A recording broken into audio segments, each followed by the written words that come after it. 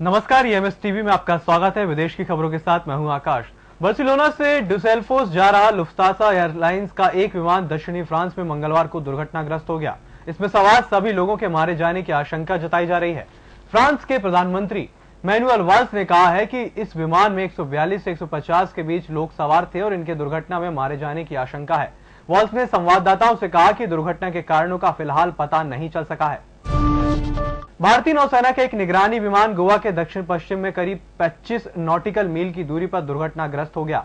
विमान में सवार 2 अधिकारी लापता हैं। नौसेना के सूत्रों ने बताया कि एक डॉर्नियर समुद्री निगरानी विमान ने नियमित प्रशिक्षण उड़ान भरी थी। वह कल रात करीब 11 बजे दुर्घटनाग्रस्त हो गया। विमान में 2 अधिकारी सवार थे जो लापता हैं। दुर्घटना के बाद तलाशी और बचाव अभियान शुरू कर दिया गया है।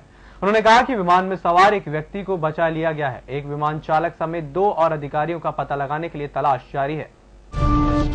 दक्षिण अफ्रीका में एक भारतीय मूल की लेखिका को एक विवादास्पद लेखक की तारीफ करना महंगा पड़ गया।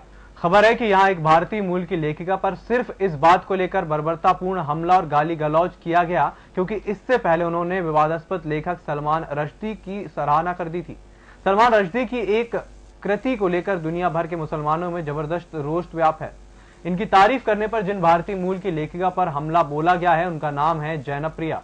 बताया जा रहा है कि जैनप्रिया डाला के चेहरे पर पिछले हफ्ते एक ईंट से प्रहार किया गया। पाकिस्तान ने कहा है कि कश्मीरी लोगों की चाहत के मुताबिक ही कश्मीर मुद्दे का हल होना चाहिए और वे इस मसले का अहम पहलू है, इसलिए इसमें उनकी भूमिका महत्वपूर्ण है। एक रिपोर्ट के मुताबिक पाकिस्तान के विदेश विभाग ने कहा है कि संयुक्त राष्ट्र के प्राधिकार के तहत कश्मीरियों की इच्छा का निर्धारण होगा, जैसा कि प्रासंगिक संयुक्त राष्ट्र सुरक्षा परिषद प्रस्ताव में जाहिर किया गया है। विदेश कार्यालय की प्रवक्ता तस्नीम असलम ने एक बयान में कहा कि कश्मीरी महत्वपूर्ण पक्ष है और उनके द्वारा आत्मनिर्णय के अधिकार का प्रयोग करना आवश्यक है।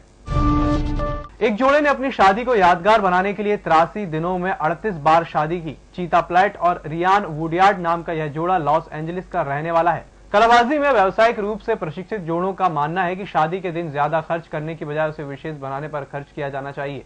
चीता और रियान ने 11 देशों में अलग अलग तरीके से शादी की है। उन्होंने गीजा के पिरामिड, भारत के अजंता की गुफाओं, नैरोबी के गांव मसाई, केन्या और डलबिन के महल, आयरलैंड समेत कई ऐतिहासिक स्थलों पर शादी की। यह शादी 8 फरवरी को शुरू हुई थी और यह 28 अप्रैल तक होगी। 2 मई को यह जोड़ा अपने करीबी रिश्तेदारों और दोस्तों के सामने कानूनी तरीके से शादी करेगा। तो फिलहाल इस बुलेटिन में इतना ही। बाकी खबरों के लिए देखते रहिए एमएस टीवी। नमस्कार।